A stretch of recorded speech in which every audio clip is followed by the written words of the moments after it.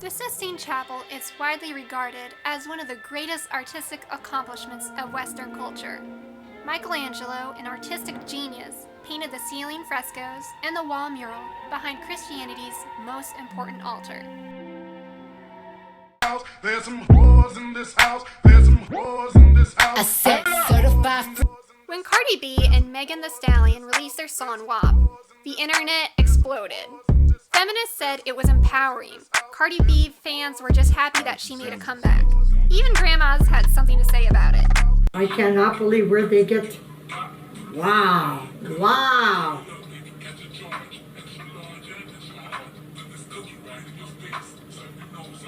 I can't believe this stuff.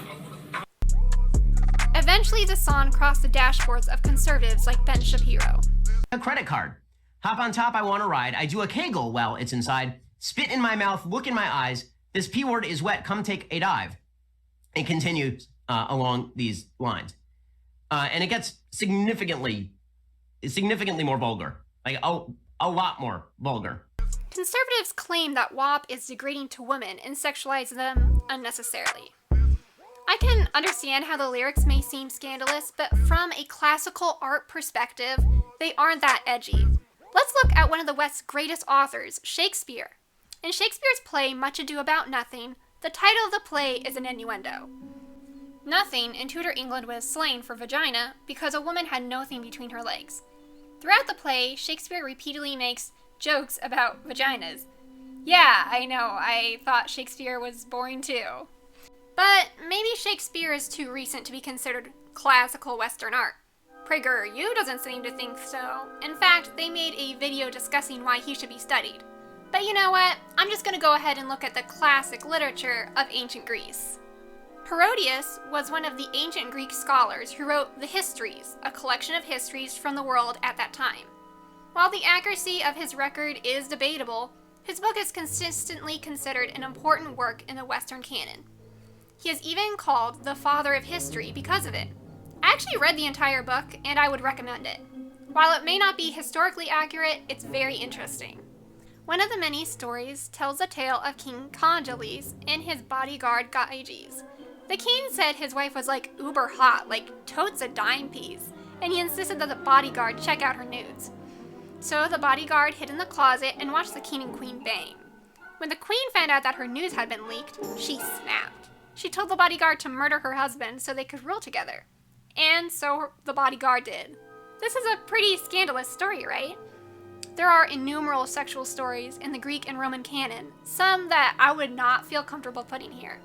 But if you would like to find out how inappropriate the ancient Greeks and Romans were, I'm going to go ahead and include a link below to the story of Marat. So instead of discussing the lyrics, let's discuss the visuals. While it may seem that the women are dressed inappropriately, classical art tells a different story. The Uffizi Gallery in Florence is home to numerous statues of ancient Greece and ancient Rome.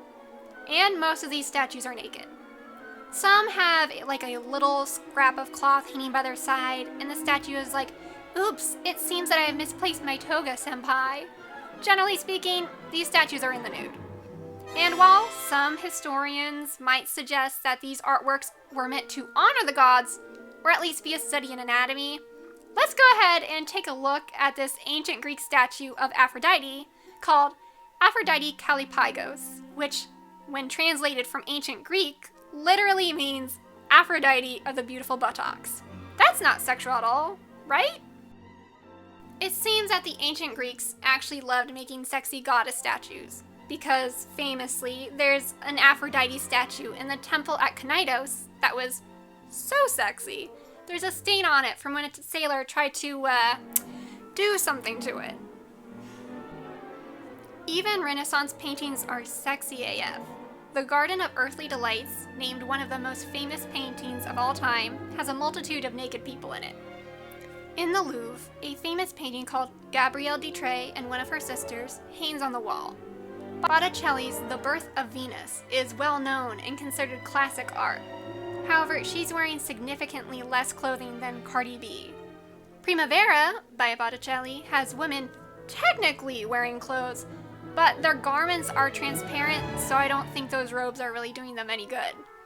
Classical music itself is also sexual. The music I've been using in the background of this video comes from a ballet about having a threesome outside.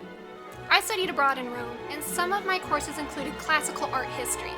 I've been to the Sistine Chapel multiple times, and the artwork is completely breathtaking. Michelangelo was truly a great artist. He was also gay, so much so, in fact, that he couldn't even paint women straight.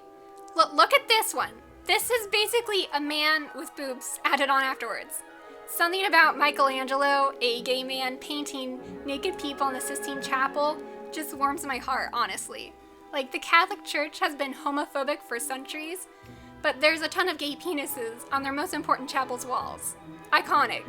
Listen, if you're upset about WAP, shouldn't you be having an aneurysm due to the naked men standing behind the Pope? Conservatives staunchly defend classical Western artists such as Michelangelo or Shakespeare.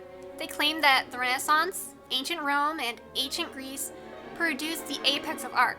But they don't seem to understand or have an explanation as to why sexy Greek statues are okay, but why WAP isn't. In reality, WAP is just the latest addition in a long series of sexy Western art. Thanks for watching. Please give this video a thumbs up and subscribe. Comment below who you think would win in a twerking contest, Ben Shapiro or Dennis Prager. Or don't. I'm not your boss, and I can't tell you what to do.